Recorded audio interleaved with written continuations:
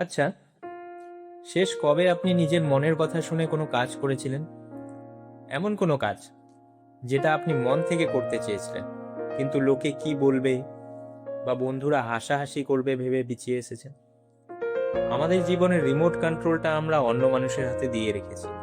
তারা প্রশংসা করলে আমরা খুশি হই, আর সমালোচনা করলে আমরা ঘরের কোণে লুকিয়ে যাই।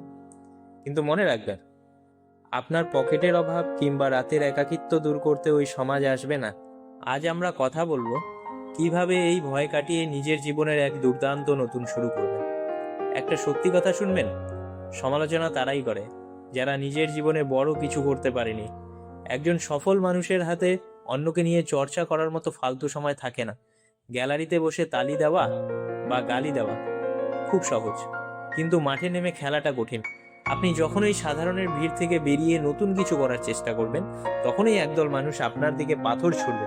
সেই পাথর দিয়ে আপনি সমাধি তৈরি করবেন নাকি সফলতার সিঁড়ি, সেটা সম্পূর্ণ আপনার সিদ্ধান্ত।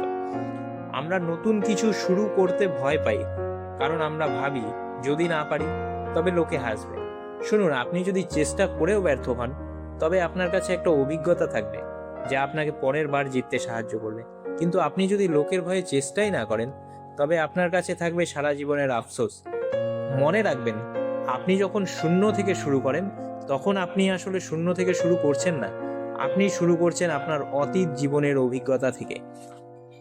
আজ থেকে নিজের জন্য 3টি নিয়ম তৈরি করুন। 1. কান বন্ধ রাখুন।